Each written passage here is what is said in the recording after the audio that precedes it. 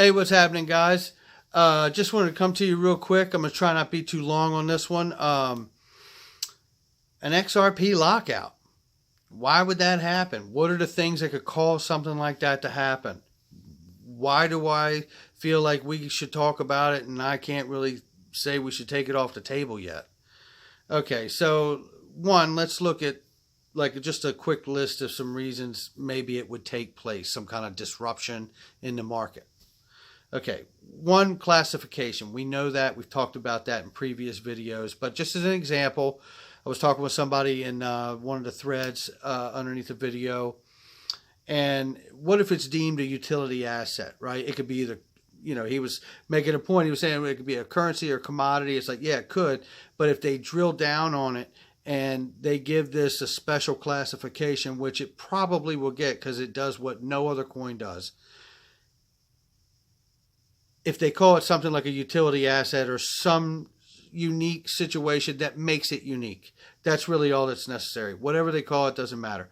But if it's deemed something unique that stands alone, then I think that we could see a disruption of the market from that alone, just alone. All right, number two, the IMF, the Fed. It has been touted for a long time that there's a notion that the IMF and the Fed, one or the other or both, would come in and scoop up the remaining coins, and that would certainly cause a disruption in the market of some kind. All right, now, to that point, we also know that the Federal Reserve Payment Task Force are the very ones that corralled Ripple in the very beginning, and between them and the IMF, they have been the people that have opened the doors across the globe for them to build RippleNet, the governance body that Marcus Treacher we just talked about in the last video, to go build all of this structure and to bring all of these people together, right? So it's not something we could just brush off is the point. All right, number three, a break check. Some kind of reason to come into the market and to stop the market and the regular flow of buyers and sellers. If there was a massive flood of money from, let's just say, the traditional stock market into the crypto platforms with the BACT and the DX.Exchange, ErisX, and all the like, right? All right, so if there was some kind of massive volatility issue, there could be number four, price stability. Maybe they need to come in and deal with a volatility issue because the partnerships and the payment flows that they're now putting through the system, that the price stability is not where they need it to be, and they would have to disrupt the market for something like that. Okay, number five, hyperinflation. Should there be some kind of a global crisis monetarily or a dollar crisis situation, I think we all pretty much know that whenever the dollar is affected, it's going to transfer right over into the commodities market in a direct way. So that could certainly be a way for a disruption there in the market. Now, we could see a combination of any of these. We could see things that we haven't seen on this. And the biggest one of all I want to point out, nothing may happen. None of this may happen. But we can't say it won't, and we're not trying to say that it will. But until we can say that it won't, we can't take it off the table. That's how it works for me. So now, another point to all of this is introducing the futures markets and products into the United States. We already know from the previous video that XRP futures already exist. They're being sold out of London, England, throughout the rest of the world. So would a disruption or a lockout of some kind be them bringing that, introducing that into the United States and rolling that futures market open here? And there would have to be some kind of disruption for the introduction of that. I have no idea. I don't know how they introduce futures into a market. And nobody, as a side note, disrupted the market to introduce the futures that are being sold here that I know currently. So, all right, so now, again, the futures contracts, and we've asked this before, does beg the question long term.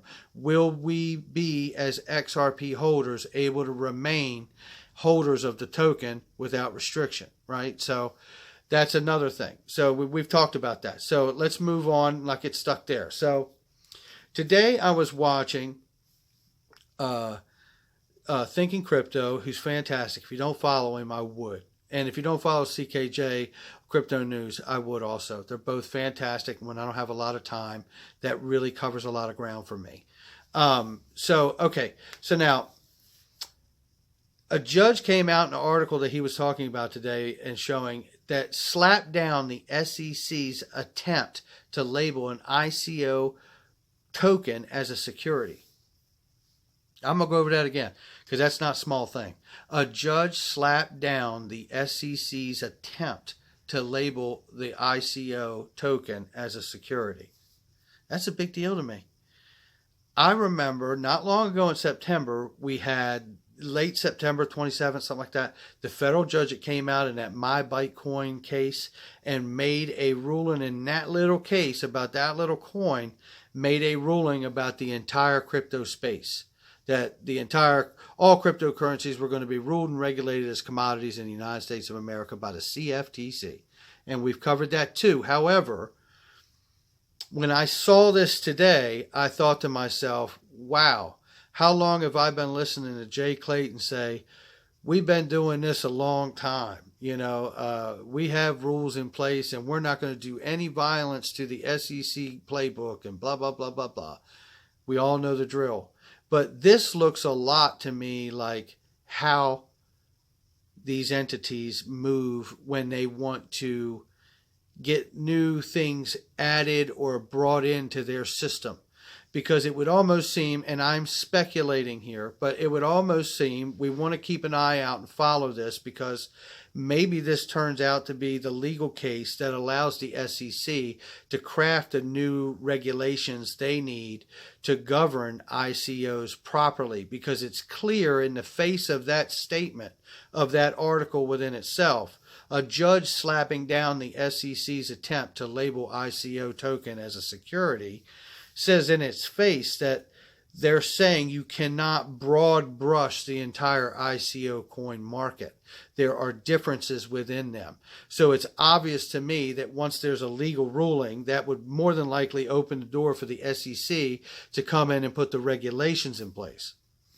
We'll have to keep an eye on it to see if that happens, but it just seems like the order and the way things should roll.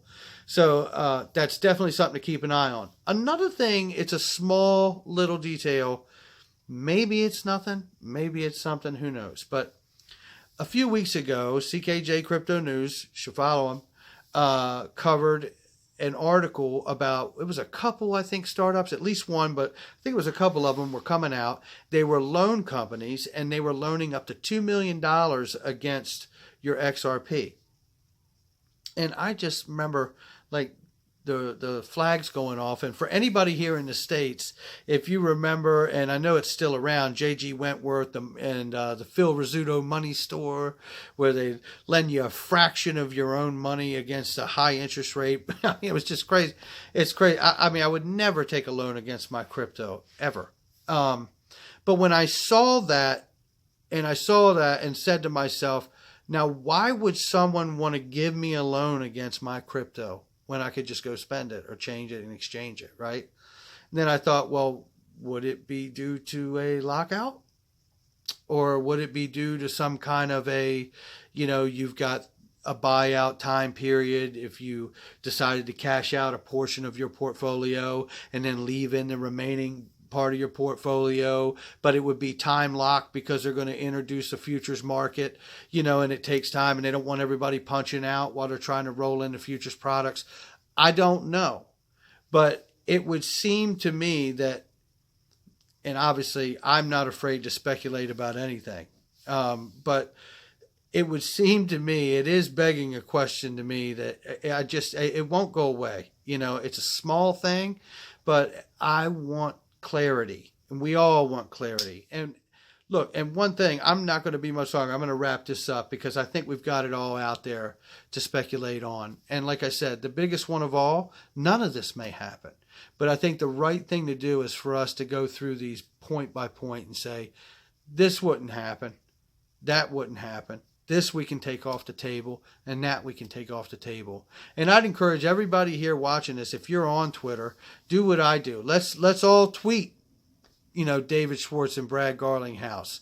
Let's all make our tweets and put them out there and see if somebody gets an answer. I would love for somebody to tell me how absurd they think I am and that this is absolutely ridiculous, but it needs to be somebody from Ripple. I've already got people telling me that now, but I need it to be somebody from Ripple because that would mean good things for us.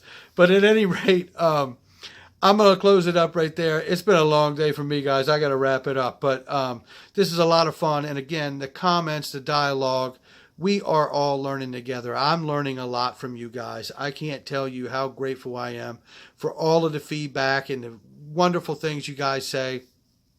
I'm really having a blast doing this. I think at some point I would like to do a live stream to be able to chat with you guys. I mean, I would enjoy that. But I'm going to leave it right there. I hope everybody's doing well, and I'll catch you next time. Remember, like and subscribe, leave a comment. Talk to you soon. Bye.